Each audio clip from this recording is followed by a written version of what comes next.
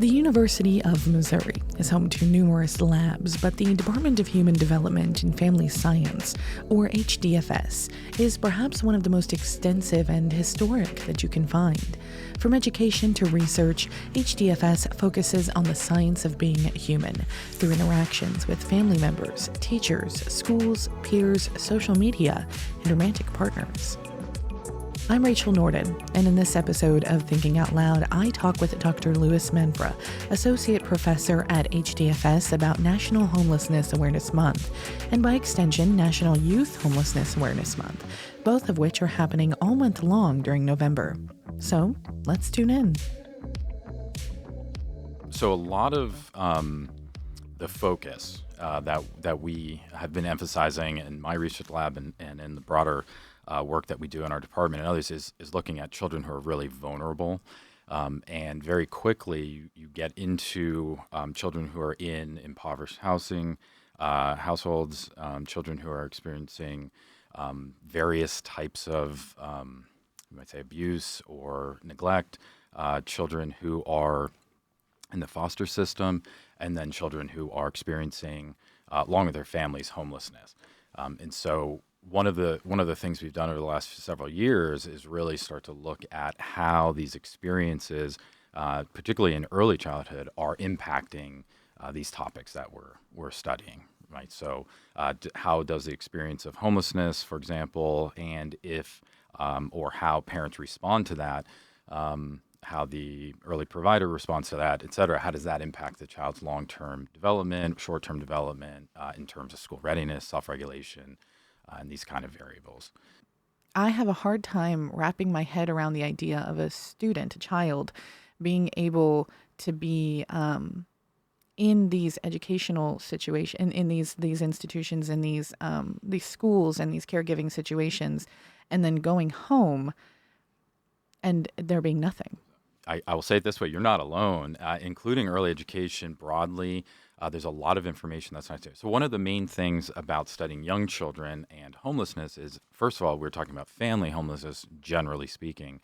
But a perhaps better word is lack of adequate permanent residence. So most of the children, most of the families in this circumstance who are with their family are, and I think the last numbers we looked at were close to 90%, are in a circumstance where they have an adequate shelter or adequate environment to live in, but it's not a residence of their family. So, for example, what's called doubling up. So they may be living with neighbors, friends, or other relatives, living in motels or hotels, living in trailers or campers or cars or vehicles, living in temporary shelters. But about 90% fall under the first set of category where you'll see them in doubling up, motels, hotels, trailers, campers.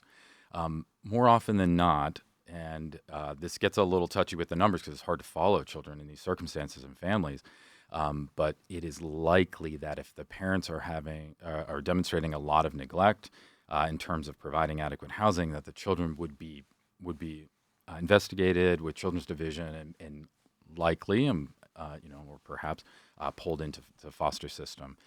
So again, you would see a circumstance where more the family or the parents are experiencing the homelessness, true unhousedness, where the child is in inadequate housing.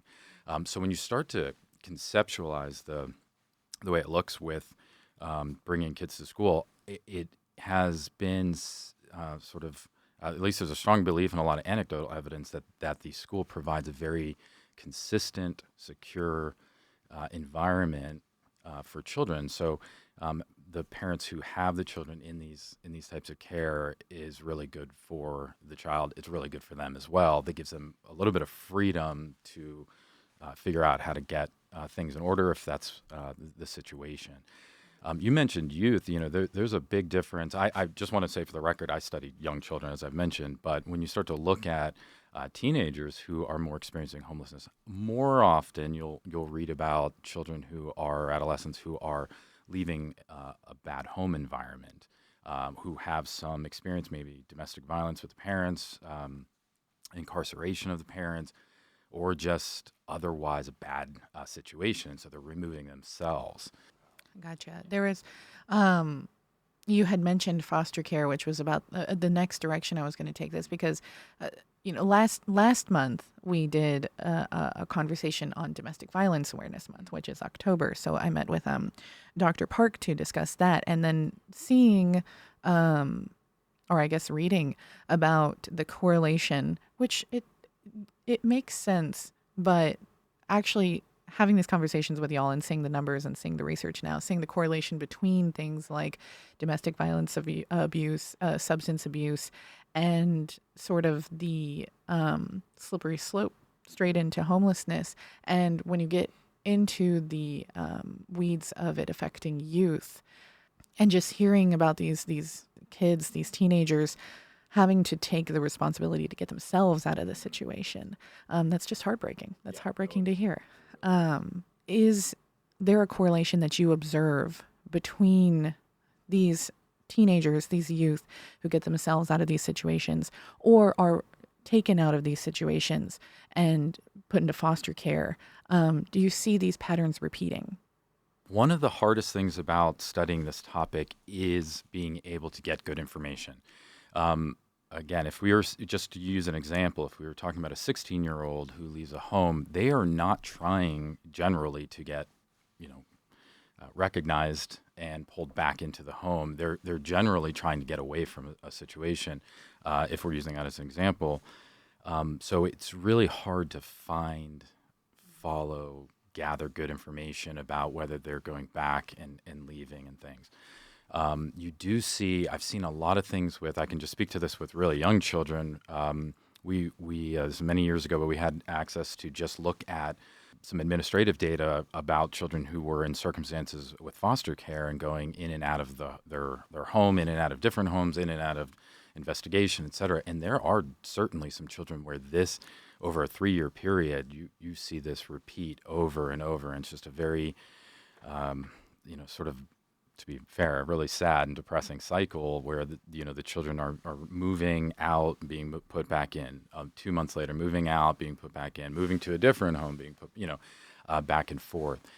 One of the major goals is if there is stability, having the children with their parents is a really positive thing, and especially with younger children, there's a lot of positive outcomes there. It's hard to know where that is. And I know I listened to Judge Macy talk, I think it was last year, about foster care in the state of Missouri. And there's it's a tough area to be able to make sure that the resources and that the information is correct when removing children. But I think it's important to just say, when children leave their home, a 3, 4, 5, 6-year-old, for whatever reason, they've lost just anchor. We usually talk about in terms of, I'm using air quotes, but landmarks. But this is the recognizable space. This is the home. Children don't generally have a view. We might have a whole view of Columbia. Children who are 3, 4, 5 have a very small view of their area. And so, removing them from those environments can have a really, large negative effect, whether it's because the house burned down or whether it's because loss of employment or because of some domestic violence or other situation where the state is removing the children. Yeah. So, and I can see why it is so important that being able to go to school and go to these more safe places is so important, because that is the one stable place that they can go when they are experiencing this very adult problem as young children. It really is. You're right. It's very sad, very depressing and heartbreaking. And I just feel like we have to talk about that directly. We have to be honest about that. I think we do. And include, I'm talking about environment, but the people in it. So having, stable, and we always say loving, caring adults, people who care about you. But it's true. That are stable, even in the school systems, is really beneficial. Yeah. So, when we look at this from the perspective of National Youth Homelessness Awareness Month, all of the points that I was able to find in my research, they do seem very framed around adult homelessness. But one point of here that did strike me is that it sheds light on the diverse reasons people experience homelessness, including family conflict, aging out of the foster care system, and lack of affordable housing. And of course, you hear about that all the time, but when I think of it from the perspective of a youth who is already in the system, just gets out of the system, and then already is priced out of being able to help themselves to affordable housing, I think about these cycles continuing. And I just wonder if there is a way that we can have more empathy and compassion for the youth and the adults in these situations. Because it seems like there's such, especially currently, there is such a vilifying narrative around it. And I guess I wonder if you have any thoughts around that. Yeah, one of the hardest things on this topic and to talk about, and I'm glad you raise this as the sort of reason or cause for having the experience of homelessness. But very often you hear narratives, whether it's one extreme or the other, but it seems like we miss the bulk of reason. There are certainly individuals, if you think of adult homelessness, who just say, "Hey, I don't want a home. I want to, move around and stuff," and that's perfectly fine. When you think of children, it's societally, at least, we don't want to think of them as being in these, adverse environments, particularly young children, but definitely youth as well. And so, when you start to look at the causes, the reasons, if you see youth on the street, for example, I mean, the likelihood that they're just living in a great life and having everything going wonderful, and that they make the decision at age 16 to just go on the street is probably pretty low. It's far more likely that something has occurred. And again, I take the perspective of really younger children, but I think it's true coming up that, to assume that the 3, 4, 5-year-old, but then the older child has anything in their environment or has experienced anything that hasn't been put in their environment by somebody, whether that's parents, neighbors, community, et cetera, is really an odd sort of perspective, right? So we learn so much and take in so much. So a child who may be in an abusive home or has, parents who abuse alcohol, drugs, whatever it is, they may be more likely to say, "I need to get out of this," and then pursue. But the experience is not something that started at age 16 or 17. This is something that's been going on. And this is, at least from their perspective, based on what calculations they have done, this is the best route for them. This is the, hopefully the most optimal route for them to go. We tend to, I think, you mentioned just sort of the general, it just feels like the general social sort of world that we tend to think of individuals who are homeless as being, one thing, as whether they are on drugs or they are experiencing something. And again, with at least children and younger youth, it's far more likely that there's some other experience that has happened in the home, and that this is, the better course of action. Sure. So as we enter November, and we look at this all through the perspective of, because obviously you and I in this room, we're not going to have the solutions. We're not going to fix it, but we can draw awareness to it. So as we enter November, as we enter National Homelessness Awareness Month, what can we do as individuals, and maybe even specifically individuals in this community, to help raise that awareness? So the awareness, I think it does come back to, I'm going to use the word definitions and just an understanding of the experience. One thing we haven't mentioned, but is that governs children, I use the word children, but anyone under the age of 18, is the McKinney-Vento Act. This is what covers sort of the definition of homelessness or experiencing homelessness for any family that has children under 18. The definitions of these, again, 90% are in, what's called doubling up in other homes. They're in trailers, cars.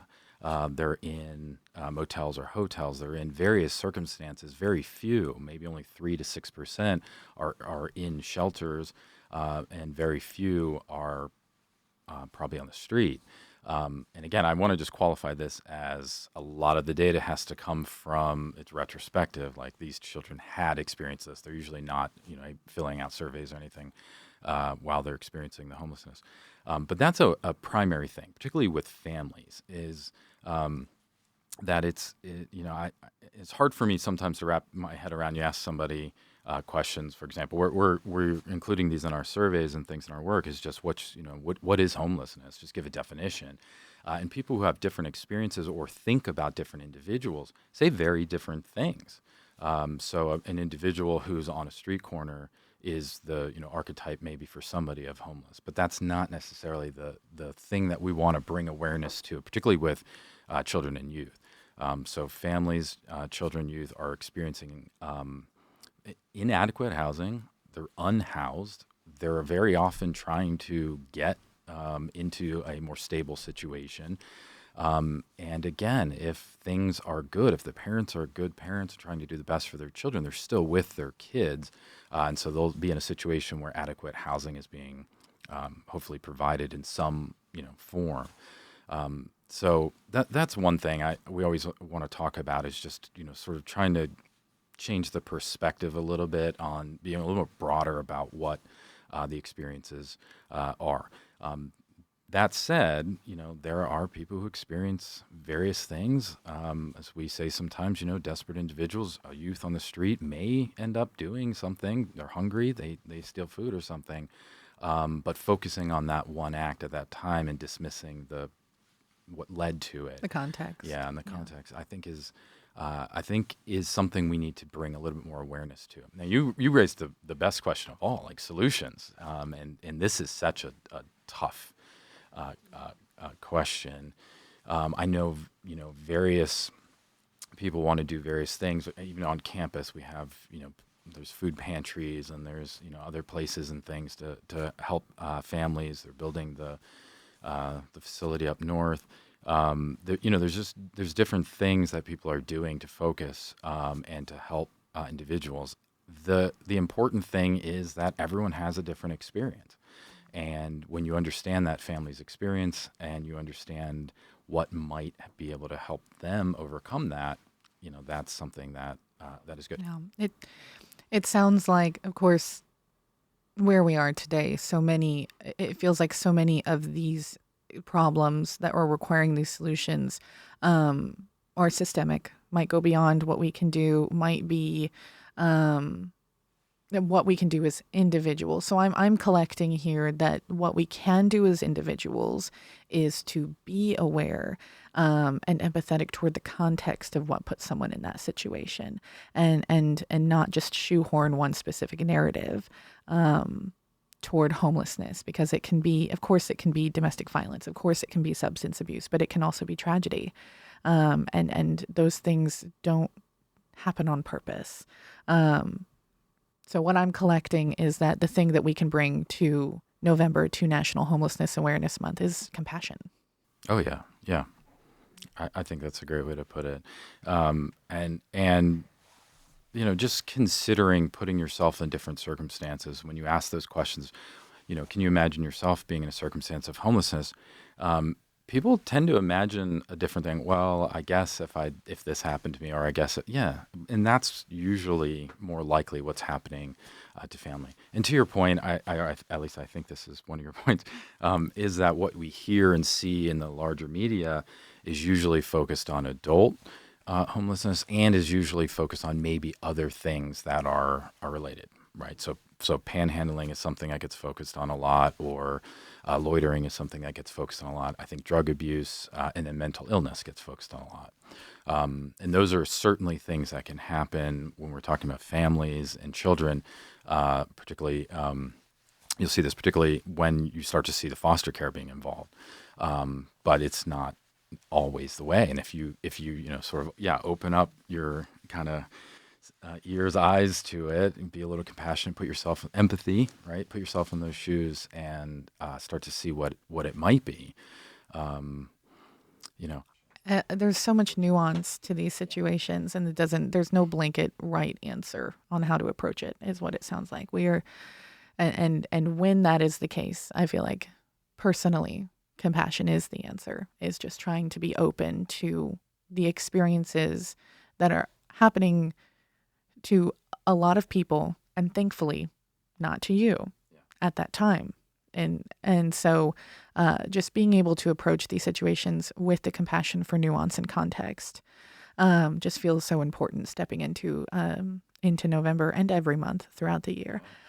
So wrapping up here, do you have any final thoughts you'd like to share? Any resources that you feel are important to get out? Any events that might be coming up?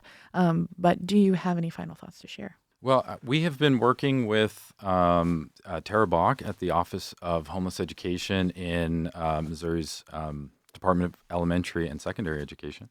And that office, a lot of people may not realize, but if you do have children in school, that office and all the, they're called homeless liaisons in each school district, can provide resources and other information, particularly even about whether or not somebody is experiencing something that qualifies as homelessness. Sometimes that's a fine line.